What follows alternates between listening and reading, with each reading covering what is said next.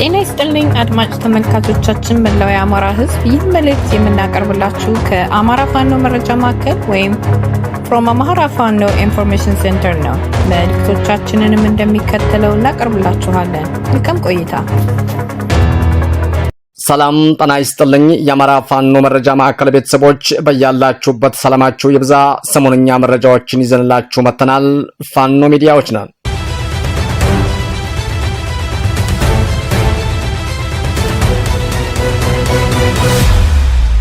ከአማራ ፋኖ መረጃ ማዕከል የዕለቱን አንኳር የዜና ርዕሶችን በማስቀደም የዕለቱን ዜና እናሰማለን። ዕለተ እሁድ ሰኔ 14 2018 ዓ.ም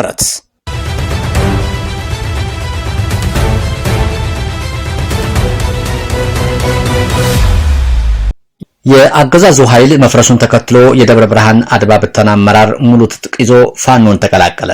በአማራ ሳይንት ግንባር በጠላት ኃይል ላይ ከባድ ምት መድረሱም ተገለጸ።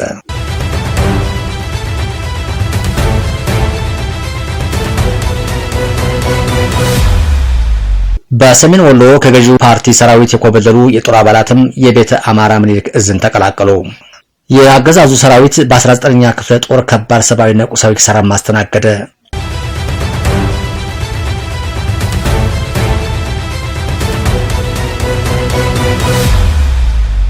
በወሎ ቤተ አማራ የተሰማራው የአማራ ፋኖ ብሔራዊ ንቅናቄ የ303ኛ ሳምነው ኮር 19ኛ ክፍለ ጦር በገለሰውት ቃሪያ ወንዝ አካባቢ ባደረገው ውጊያ የመንግስት ሰራዊት ክፉኛ ተመቷል።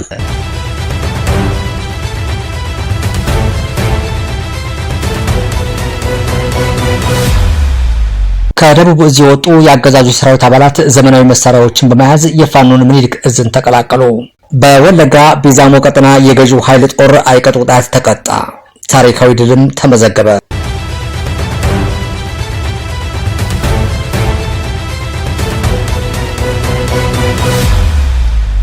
ውድ የአማራ ፋኖ መረጃ ማዕከል አድማጮቻችንና ተመልካቾቻችን የዕለቱን ዝርዝር ዜናዎች በሚከተለው መልኩ ስለሚቀርቡ እንድትከታተሉን እንጋብዛለን።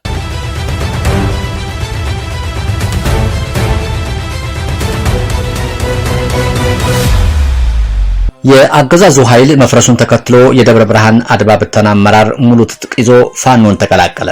የብልጽግናን ስርዓት ሲያገለግል የነበረው የአድማ ብተና አመራር 10 አለቃ ብሩክ ሸዋንግዛው የአገዛዙን ጸረ አማራ አቋም በመረዳት ሙሉ ትጥቁን ይዞ የሸዋ ጠቅላይ ግዛት አሳምነው እዝ መቀላቀሉ ታውቋል።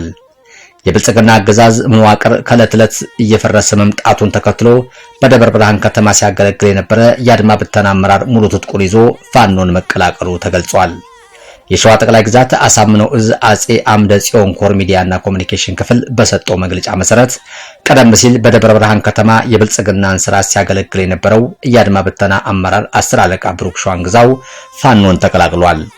አመራሩ ያገዛዙ ጸረ አማራና የጥፋት ጉዞ በውል በመረዳቱ አሁን ላይ የእዙ አካል የሆነው የአጼ አምደ ጽዮን ኮር አጼ ምኒልክ ክፍለ ጦርን ሙሉ ትጥቁን በመያዝ በይፋ መቀላቀሉ ታውቋል። እዙ የአመራሩን ያስተላለፍ ለውጥ የሚያሳይ ተንቀሳቃሽ ምስልና ፎቶግራፎችም አያይዞም ይፋም አድርጓል። የሸዋ ጠቅላይ ግዛት አሳምነው እዝ ህዝብ ግንኙነት መምሪያ ሰኔ 12 ቀን 2018 ዓ.ም ባወጣው መግለጫ የሥርዓቱ መዳከምና መፈራረስ እየተፋጠነ መሆኑንም ጠቅሶ መሰል የአቋም ውሳኔዎችም ወደፊትም ተጠናክረው እንደሚቀጥሉም አመልክቷል። በአማራ ሳይንት ግንባር በጠላት ኃይል ላይ ከባድ ምት መድረሱም ተገለጸ። በምዕራብ ወሎ ግንባር በአማራ ሳይንት ወረዳ ውስጥ ሰርጎ ለመግባት የሞከረው የጠላት ኃይል በፋኖ ብርቱ መከላከልና ማጥቃት አይቀጡ ቅጣት እንደቀመሰ ከአማራ ፋኖ ብሔራዊ ንቅናቄ ወሎ ቤተ አማራ ምኒልክ እዝ ህዝብ ግንኙነት መምሪያ የደረሰ መረጃ ያመለክታል። ባለፉት 24 ሰዓታት በተደረገ ከፍተኛ ፊልሚያ በአንድ ሻምበል የሚገመት የጠላት ኃይልም ሙሉ በሙሉ መደምሰሱም ተረጋግጧል። ውጊያው በሶስት ዋና ዋና ግንባሮች ማለትም በጓሜዳ በተደባባ ማርያም እና በዋሮ የተካሄደ ሲሆን በሁለት ጄኔራሎች በጀነራል አድማሱ አለሙና በመከተላቸው ሜጀር ጀነራል ዘውዱ ሰጥ አርጌ ይመር የነበረው የ11ኛ እዝ ሰራዊት ተከቦ የሽንፈት ጽዋን ለመጎንጨት መገደዱም ተገልጿል። በጓሜዳ ግንባር ሜስ ወደሚባለው አካባቢ ለማቅናት የሞከረው የጠላት ኃይልም በአልሞ ተኳሾች ከፍተኛ ጉዳት ደርሶበት ወደ ኋላም ፈርጥቷል። በተደባባ ማርያም ግንባር አካባቢውን ለመቆጣጠር ያለመው የጠላት ህልምም በፋኖ የብረት ግንብነትም መክቶ ቀርቷል። በዋሮ ግንባር የወገን ኃይል ደማቅ ድልም ተቀዳጅቷል። በዚህኛውም ቀጠና የጠላት ዲሽቃ ከተተኳሾቹ በሸሆት መድኃኔዓለም ገደል የተንኮታኮተ ሲሆን ሙሉ በሙሉ ተሰባብሮ ከጥቅም ውጭ መሆኑ ተረጋግጧል። በሶስቱ ግንባሮችም በተመዘገበው ድል የተገኘ ውጤትም የተደመሰሰ ኃይልም 1 ሻምበል መከላከያና 8 ሰላም አስከባሪዎች የቆሰለ ቁጥር በውል ያልታወቀ ቢሆንም የተማረከ 7 ጠላት አባላት ሲኖሩት የተማረከ መሳሪያም 10 ክላሽንኮቭ፣ 1500 የብሬን ተተኳሽ እንዲሁም 9 የክላሽ ካዝናና 12 ወታደራዊ ትጥቆች በጠላት ከፍተኛ ትጥቅና ተተኳሽ በየጥሻው በትኖ የፈረጠጠ ሲሆን ከዚህም በተጨማሪ ጠላት ኃይልም ከእንጅባራ ከተማ 2 ወታደሮች በአጥር ዘለው በማምለጥ ለወገን ኃይል እጃቸውን ሰጥተዋል። በሰሜን ወሎ ከገዢው ፓርቲ ሰራዊት የኮበለሉ የጦር አባላትም የቤተ አማራ ምኒልክ እዝን ተቀላቀሉ። የአማራ ሕዝብ የሉና ተጋድሎ በየግንባሩ የተጠናከረ ባለበት በዚህ ወቅት ከገዢው የብልጽግና ሰራዊት ልዩ ልዩ ክፍለ ጦሮች የኮበለሉ የሰራዊት አባላት ሙሉ ትጥቃቸውን በመያዝ የ102ኛ ኮር አካል የሆነውን 49ኛ ክፍለ ጦርን መቀላቀላቸው ታውቋል። በሰሜን ወሎ ዞን ራያ ቆቦ ወረዳ በሚንቀሳቀሱ የአማራ ፋኖ ብሔራዊ ንቅናቄ ወሎ ቤተ አማራ ጀብደኛው ምኒልክ እዝ ስር የሚገኘውና የ102ኛ ኮር የጥንካሬ ምልክት የሆነው 49ኛ ክፍለ ጦር የቀድሞ ካራ ኮርማ ክፍለ ጦር ተጨማሪ የሰው ኃይልና የትጥቅ አቅም ማግኘቱንም ገልጿል።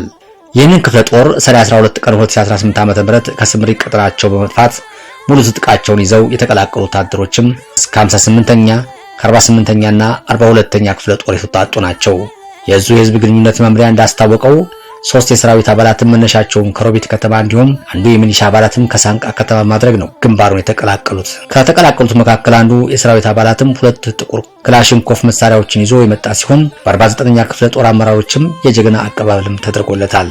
የክፍለ ጦሩ የአርዲናንስ ክፍል ይፋ ባደረገው መረጃ መሰረት በቁጥጥር ስር የዋለው አጠቃላይ የጦር መሳሪያ 5 ክላሽንኮፍ የጦር መሳሪያዎች፣ 780 ክላሽ ጥይት ተኳሽ፣ 12 F1 የእጅ ቦምቦችም ገቢ ሆነዋል። ይህንንም ክፍለ ጦር ከተቀላቀሉት የጠላት ኃይልም መካከል አምላኩ አዳነ ዓለም ከ42ኛ ክፍለ ጦር 4ኛ ሬጂመንት የጓድ መሪ መለሰ በላይ ዘውዱ ከ58ኛ ክፍለ ጦር 6ኛ ሬጂመንት የሎጂስቲክ መምሪያ ኃላፊ ይበልጣሉ ባለም ከ48ኛ ክፍለ ጦር 6ኛ ሬጂመንት የጓድ መሪ ገለታው ዋለልኝ ሚሊሻ ይገኙበታል።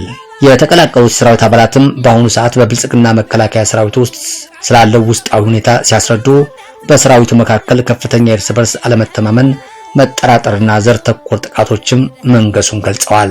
በተለይም ብቃት የሌላቸው ግለሰቦች በኮታና በሆዴት ታማኝነት ብቻ ከፍተኛ ወታደራዊ ምደባ ያገኙ መሆኑ የሌላውን የሰራዊት አባላት የውጊያ ሞራልና ወትሮ ዝግጅትም በእጅጉ እየወረደ መምጣቱንም ተናግረዋል።